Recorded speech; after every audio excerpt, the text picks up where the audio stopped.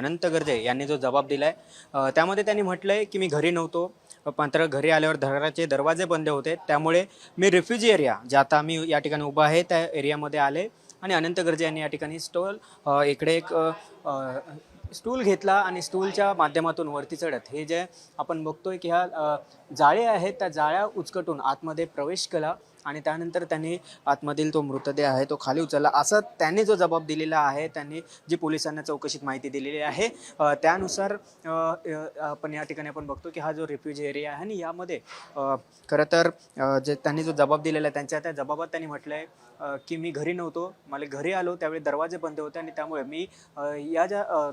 आपण बघतो की जाळी आहे ती जाळी उचकटली आणि आत ही जी आपण बघतो की खिडकी उघडी आहे या उघड्या खिडकी उघडली आणि आतमध्ये प्रवेश केला, तेव्हा मला या ठिकाणी माझी पत्नी म्हणजे ती गौरी गर्जे आहे ते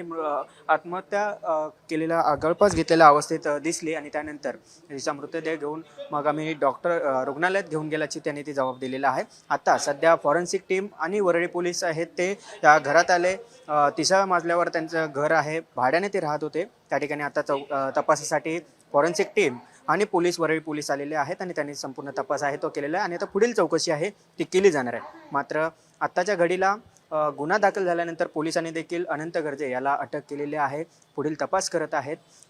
त्यामुळे आता पुढील तपासात नेमकं काय निष्पन्न होतं हे देखील पाहणं महत्त्वाचं राहील. व्हिडिओ जर्नलिस्ट रोहित शिगवणसह गिरीश कांबळे, साम TV, मुंबई.